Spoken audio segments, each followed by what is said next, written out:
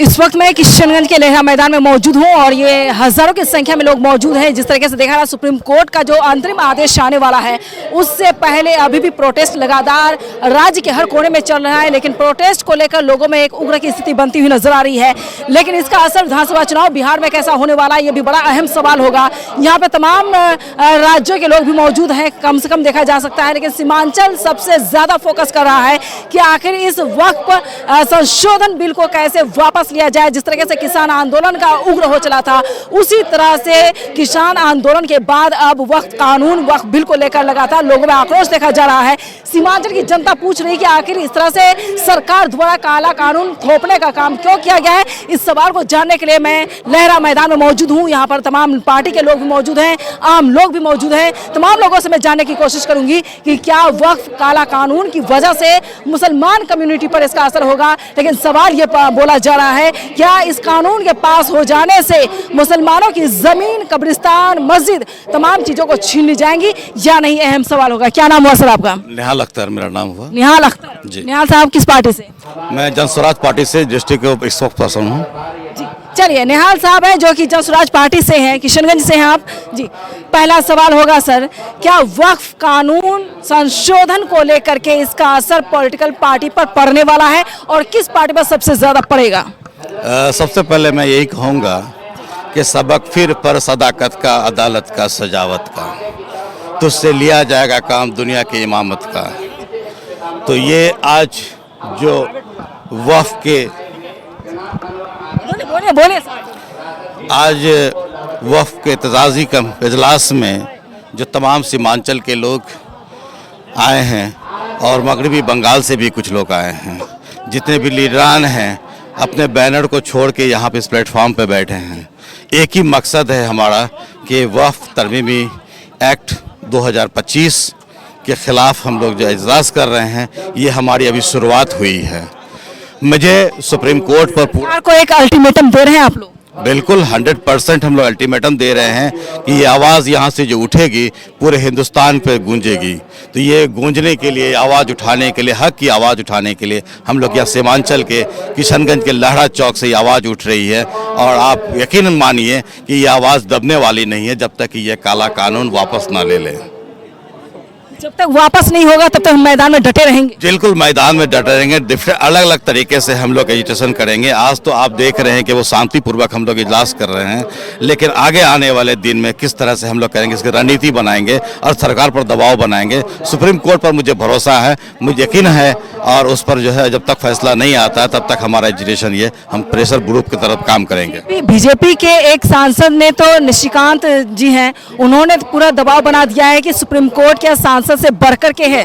सोचिए, उच्च न्यायालय पर सवाल उठा दिया गया। देखिए, हम संविधान को जानते हैं, दस्तूर को मानते हैं, और उस तरह की बीजेपी के सांसद ने जो बात कही है उसकी मानसिकता थोड़ा सा खराब हो गया है, इसलिए ऐसी बात करते हैं। जिसकी मानसिक रूप से जो सही होंगे वो कानून दस्तूर की बात करेंगे, आइन की बात करेंगे, जमहूरियत की बात करेंगे। आज जो एजुटेशन यहाँ पे है जमहूरियत के दायरे में है और हम लोग इसी तरह से, इसी अंदाज में आगे बढ़ेंगे। जनसुराज का क्या रहेगा इसमें योगदान? जन स्वराज से अलग चीज़ है। अभी जन स्वराज के बारे में यही कहेंगे कि जनता की पार्टी है, गवर्नेंस की पार्टी है, पीपल्स गवर्नमेंट की है। और जब हम लोग व्यवस्था बदलने की बात करते हैं, व्यवस्था बदलने की बात कर रहे हैं, जहाँ पे कि रोजगार की बात कर रहे हैं कि 100% हम लोग बेरोजगारों को रोजगार देने की बात कर रहे हैं। और किसानों के लिए मजदूर में जो काम करेंगे उसको जो है मुआवजा हम लोग जो है मजदूर दूसरी जगह से मनरेगा से दिया जाएगा। बूढ़े लोगों को पेंशन की बात करें, 2000 महीना हर पेंशन की बात कर रहे हैं, एजुकेशन की बात कर रहे हैं, और यहाँ पे महिलाओं को 4% ब्याज पर इनकी बात कर रहे हैं। ये समाज के सभी वर्गों को से लूट करके, समाज के हर तबके से लेकर के जिसकी जितनी आबादी है उसकी उतनी हिस्सेदारी की बात करते हैं, तभी आवाज़ उठेगा, सभी सदन का विकास होगा। बहुत शुक्रिया। सऊद आलम साहब विधायक है ठाकुरगंज से, पहला स्वागत करते हैं क्योंकि पहली मुलाकात है हमारी। लेकिन आपके काम से जनता खुश है क्योंकि ग्राउंड पे मैं हमेशा आती रहती हूँ। आज से 10 दिन पहले भी मैं किशनगंज आई थी, ठाकुरगंज भी आई हूँ, मेची पुल का मैंने कवरेज किया है आपका, लेकिन पहली मुलाकात है आपसे। पहला सवाल आप ये होगा, इस मैदान में आप मौजूद हैं, वक्फ बिल को लेकर जिस तरीके से एक तरह से उग्र हो चले लोग, मुस्लिम कम्युनिटी सवाल पूछ रहा है कि आखिर वक्फ कानून, काला कानून थोपने का काम सरकार क्यों करती है, तो क्या कहेंगे आप? सबसे पहले तो मैं आपके चैनल का शुक्रगुजार हूँ कि आपने इसको बैठ लेने का काम किया। तो चूँकि ये वक्फ बिल जो है ये आर्टिकल 14, 15 इसी तरह 25, 26 के खिलाफ है। चूँकि मुल्क चलता है संविधान से, किसी के ज़बान से बात निकालते तो उससे मुल्क नहीं चल सकता, कभी भी नहीं चल सकता है। तो इसीलिए ये कानून चूँकि हमारे खिलाफ है, चूँकि ये सारे एक्ट हैं, सारे मुसलमानों का एक्ट है, हिंदुओं का एक्ट है, ईसाइयों का है, सिख का, सबका है। तो आप ऐसा क्या, ऐसी हमदर्दी है, ऐसी मोहब्बत क्या आपको नज़र आ रही जो मुसलमानों पर ही पहले आप ये कर रहे हैं? पहले एनआरसी, सीए, सीएबी तमाम चीजें हैं। जी, एनआरसी, सीएए, 3 तलाक, इसी तरह मानो से मोदी जी को मोहब्बत तो है। मोहब्बत बज़ाहिर मोहब्बत है, अंदरूनी तरफ मुसलमानों को वो ख़त्म करने की कोशिश कर रहे हैं, जो इस मुल्क में ना कभी हुआ है ना कभी होगा। क़यामत तक मुसलमानों को यहाँ ख़त्म नहीं किया जा सकता है। कब तक आप लोग डटे रहेंगे? क्या चाहते हैं कि वापस होना चाहिए कानून? हम लोग उस वक्त तक डटे रहेंगे जब तक कि ये एक्ट ख़त्म ना हो जाए। चूँकि मतलब लग रहा, आशंका लग रही है, आपको उम्मीद है कि वापस हो जाएगा? सुप्रीम कोर्ट से हमें पूरी उम्मीद है। पिछले दिनों जो बयान आता है 5 तारीख तक उन्होंने डेट भी दिया, उनको सारे पेपर सबमिट करने के लिए कहा गया है। हम हमेशा सुप्रीम कोर्ट पर भरोसा करते हैं और हम करेंगे, हमें उम्मीद भी है। चूँकि ये हमारे खिलाफ है, सारे लोग समझ रहे हैं, पूरा मुल्क समझ रहा है, सुप्रीम कोर्ट के जजेस समझ रहे हैं, तो हमें उम्मीद है कि ये फैसला हमारे हक में आएगा। कानून को लाने के पीछे केंद्र सरकार का जो मकसद वो क्या नजर आता है? उनका मंशा यही है, उनका मंशा कोई नहीं है, ना उनका मंशा मुसलमान है, ना हिंदू है, ना सिख, ना ईसाई है। उनका एक ही मंशा है कि यहाँ के प्रॉपर्टी पर कब्जा करो और अपने जो उनके दोस्त हैं अडानी अंबानी उनको बेचो और राज करो, ये उनका मकसद है। मैं नहीं समझता हूँ कि इसके अलावा कोई उनका मकसद होगा। इसके अलावा कोई मकसद नजर नहीं आता? नहीं, बिल्कुल। वो जैसे कहा जा रहा है कि मुसलमानों की ज़मीन पर कब्जा नहीं किया जाएगा, बल्कि मुसलमान महिलाएं जो है, जो उसमें बेवा है, जो मजदूर है, जो गरीब तबके के लोग हैं, हालांकि वक्फ बोर्ड द्वारा एक तरह से धोखा किया गया कि गरीबों पर ध्यान नहीं गया, मस्जिदें नहीं बनाई गई, कब्रिस्तान को सही नहीं किया, कब्रिस्तान को नहीं बनाया गया और गरीब मजदूर में नहीं बांटा गया। ज़मीन जो वक्फ की गई है लोगों के लिए है, लेकिन उसमें धोखाधड़ी हुई है। कहीं होटल बनाए गए, कहीं 5 स्टार होटल है, कहीं और चीज़ें बनाई गई। इस पर क्या कहेंगे आप? मैं कह रहा हूँ कि अगर आपको उसमें अच्छाइयाँ लानी है, संशोधन नहीं करना है, तो आप कीजिए ना। जो लोग अगर उसकी जायदाद को कब्जा किए हुए हैं आप उनसे हासिल कीजिए। जैसा कि रिपोर्ट से आ रहा है कि उसकी आमदनी जितनी आनी चाहिए उतनी नहीं आ रही तो आप उसमें हस्तक्षेप कीजिए ना।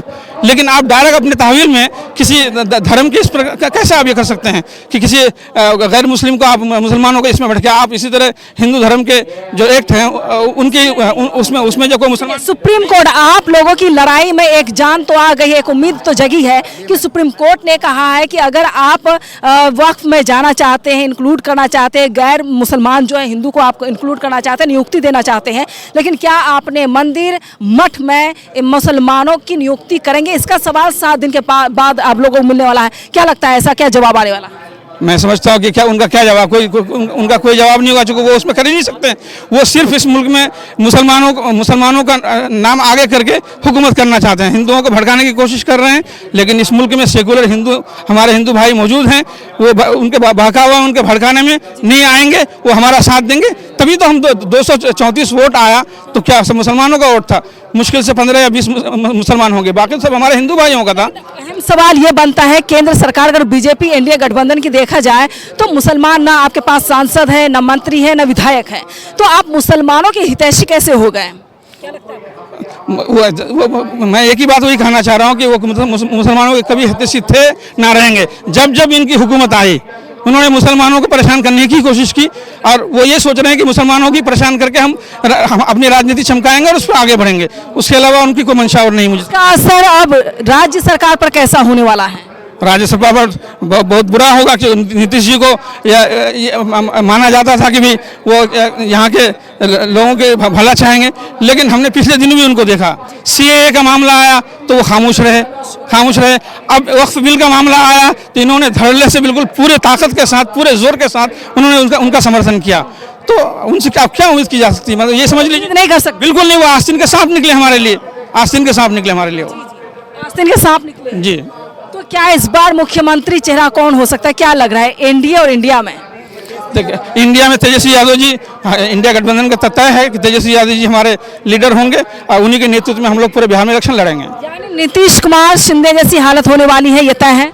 उनसे भी बुरी हालत होने वाली है इंशाल्लाह। उनसे बुरी हालत होने वाली। जी। बेटा मेरा मैदान में आने वाला था लेकिन उनको भी रोक दिया गया। जी जी बिल्कुल खामोश हो गए, चूंकि पिछले दिनों उनकी आवाज़ शुरू हुई थी लेकिन मेरे ख्याल से वहीं दब गई वो। दब गई जी। जबकि बैसाखी की सरकार है, नायडू जी और नीतीश कुमार के बगैर केंद्र में सरकार नहीं टिक सकती है। इसके बावजूद नीतीश कुमार ने कहीं ना कहीं गलत कर दिया। बिल्कुल गलत किया, सबके दिल को ठेस पहुंचाया है। उसकी भरपाई तो उनके साथ होने वाली है। 2000 सवाल कि उनकी जो पार्टी है वो खत्म हो जाएगी। या ये चीज मैंने पहले कह दी थी जब शपथ ले रहे थे, उसी वक्त हाँ सबको वक्त मैं दूंगी, सभी को वक्त दूंगी।